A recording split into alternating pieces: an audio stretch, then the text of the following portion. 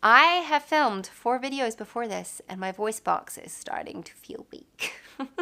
So if I sound croaky or anything, that's why. But I really wanted to chat to you guys today about planning your homeschool day, how I plan my homeschool day, what I take into consideration, and all that kind of stuff. So if you're interested, please keep watching.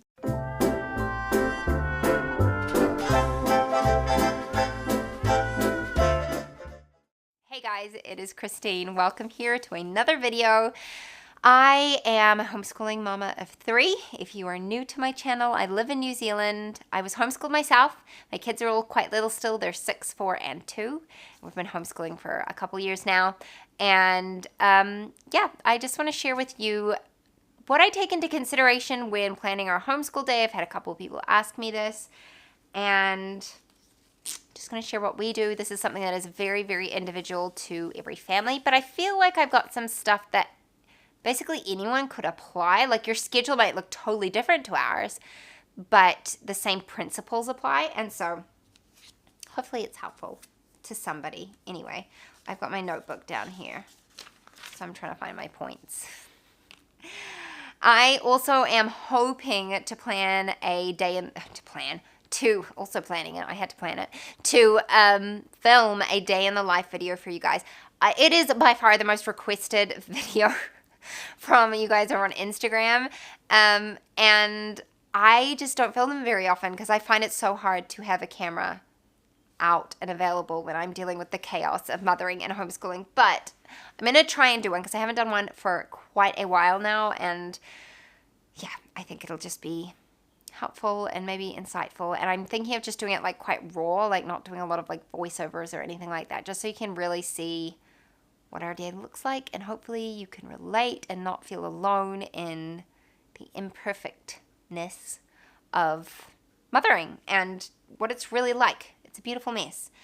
But anyway, let's talk about planning your daily homeschool routine. And if you are a brand new homeschooler, this is probably something that you've thought about and wondered, like, you know you want to do this, but like, when do you do it, and how do you make it happen, and how many hours a day do you have to homeschool?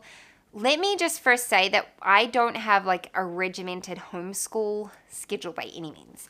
I am a type A personality, and I do like routine. I like predictability. I like planning things. I don't like surprises. So I feel like homeschooling has helped to tone that down in me a little bit, but also I have natural strength in that area, and so like being organized and stuff is something that comes pretty naturally to me, and so I feel like it's been a nice combination to just kind of like meet in the middle. So I don't know that I really planned our homeschool routine to begin with, and I also think that the stage of life you're in makes a big difference, because when I started homeschooling, I had a baby, and now I've got like a toddler / verging on preschooler, and so, you know, your life changes. But I will say that the first thing I would suggest taking into consideration are your priorities. What is it about your day that you want to make a priority? Is it getting out of the house? Is it staying home? Is it the atmosphere you want in your home? Like, what is it about your day that you want to make a priority? Because that will heavily impact on the routine that you set up for your homeschool. And I'm using the terms like routine, rhythm, schedule kind of interchangeably, but I do want you to be aware that I'm not talking about like every single minute of every single day, because that's not at all what I mean. I definitely mean more like a gentle rhythm that you follow throughout your day. Our times are flexible. Like, I try and start school by 9:30 in the morning. Sometimes we start before then. Sometimes we start after then. I try and be finished by 12 at the latest. And that's with like breaks in between. Like, I don't have all 3 of my children with me from 9:30 to 12. Like, we do different things. But like, find out what your priority is, because that makes a difference. The next thing to take into consideration is flexibility and breathing room. And that's where, like I talked about, like, I try in my mind get started on school by 9:30. That's just kind of like a natural starting point for us. I didn't like sit there and think we must start school at 9:30. It just kind of happened. And so I try and have that, but I also realize that it's okay if we don't start at that time. Like, it doesn't matter if we carry on a little bit later. So I just think it's super, super, super important to give yourself breathing room. Whatever you do, do not try and like schedule out every second of every minute of every hour. Like, no, don't do that to yourself, because like life happens and homeschooling is part of life. And so if you're going to do that, you're going to get frustrated and burnt out very, very quickly, and resentment will build and you will not enjoy homeschooling. But there's a difference between overscheduling and just having a gentle rhythm. And I think if you kind of think, okay, we do this around this time and we do this around this time, it gives you enough accountability to make sure it's going to get done, but also enough flexibility to give you breathing room for if something comes up or you want to spend a little bit extra time on something, you can. Because homeschooling's fun when you can follow the rabbit trails. It just is. Okay, and then something to take into account are the non-flexible things. So for me, there are 3 non-flexible things in our home. One is the time that my children are allowed to get up in the morning. This is actually like a sleep training principle that I've had since they were babies, and it's the idea of having like a set wake up time for them every morning, and there's about 15 minutes flexibility on either side of that, which to some people sounds horrifying, but honestly, my children are fine, and it has worked so very well for our family. Another way that you can do this is by using a toddler clock if you've got younger children. We've had the Grow clock. I bought it secondhand when my son was 18 months old, and we still use it with my younger girls because they can't tell the time yet, so they don't know what time it is in the mornings. And so having the clock, it changes color when they are allowed to come out of their room. Now, I can't control the exact time they wake up, obviously, but they do know that they have to be quiet in their room until 7 o'clock in the morning. And this is not something that is debatable. If they are sick or teething, of course I have flexibility, but generally speaking, those times are very rare, and they almost always are in their room till 7. And my son is old enough now to tell the time, and so he knows he's not allowed up before 7. That is not something I am willing to be flexible on, because that consistency helps me so much with planning my day. It also means that I know I can get up at 6:30 and I've got an uninterrupted 30 minutes to myself to do my quiet time and get my head screwed on right for the day and have a good attitude with my kids. And so that is a non-flexible for us. That happens. The other non-flexible is rest time. And I do say non-flexible, but to be honest, I do change it a little bit. But generally speaking, rest times begin somewhere in the vicinity of 1 to 1:30. I tend to be stricter on this during the winter months, and in summer I'm less strict because we're enjoying the outdoors. And probably as my daughter gets older and isn't napping anymore, then it'll be different, but she's still 2. She still naps every day. So from 1 till 3 is rest time. That is non-negotiable. It is vitally important in our home that we all have at least an hour away from each other, because we all get on with each other so much better, myself included. And I also often work during that time, like right now while I'm filming. My children are having rest time. This is how I manage to get some of those things done. So that's non-flexible for us. And then the final thing is bedtime. 7 o'clock is bedtime in our home. For my 6-year-old, lights out at 7:15, so he can go to bed at 7 and play in his room for 15 minutes.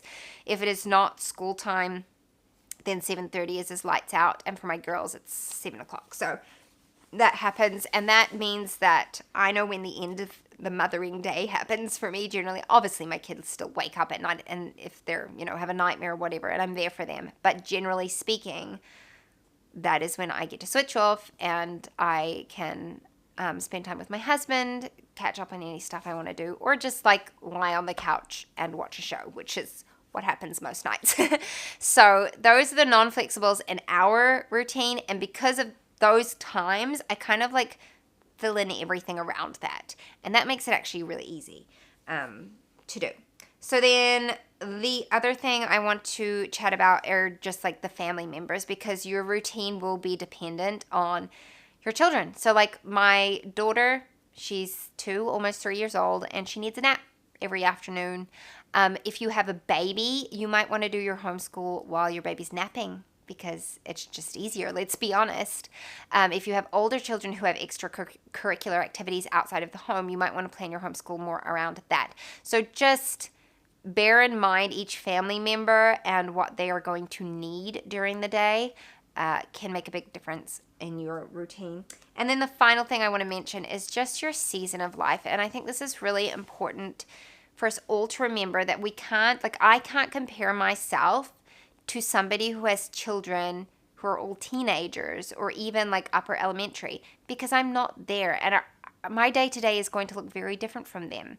I have a toddler who needs me, who is still very dependent on me and like, Mama, I need help with this. Mama, I want you for that. Like, it's just very different. And even my older kids, they're only 6 and 4. They still need me a lot for a lot of things. And so I just want you to be aware that you don't need to be comparing your life to mine, because we're in different places. And even if we are in the same season of life, we have different children, and our situations are unique. Some of us will have husbands that work like shift work, for instance, and might work nights or evenings. And so you might want to change your homeschool to be in the afternoons when your spouse is away from home, so that you can spend time together when they are home.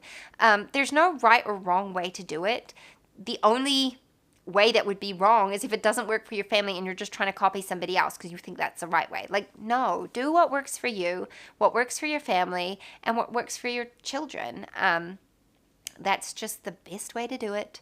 And I think just the more you do it, the more it feels natural. I do think personally that it's important to plan out a bit of a rhythm, because I think it holds you accountable.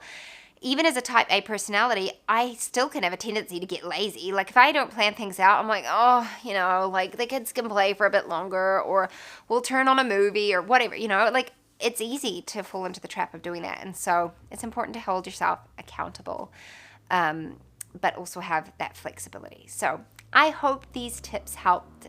These are the things that I use to kind of give me a starting point for how to plan our homeschool year, and it has worked super well. I love our schedule. It works brilliantly well. I have shared it before, but essentially we do group subjects together, we break for snack, and then I work one-on-one with my 2 older kids with their individual subjects. So I'll work with my daughter first usually, and then she goes and plays with her sister, and I work with my son, and then that's us for the day. We're done. So if you have older kids, it'll look different. If you've got even smaller kids, it'll look different again. So don't compare, but that is what we do, and it works well for us. I hope this was helpful to you. I hope it was an encouragement. Thank you so much for watching, and I'll see you next time. Bye-bye. What if the world had more of your smile? What if the wind could spread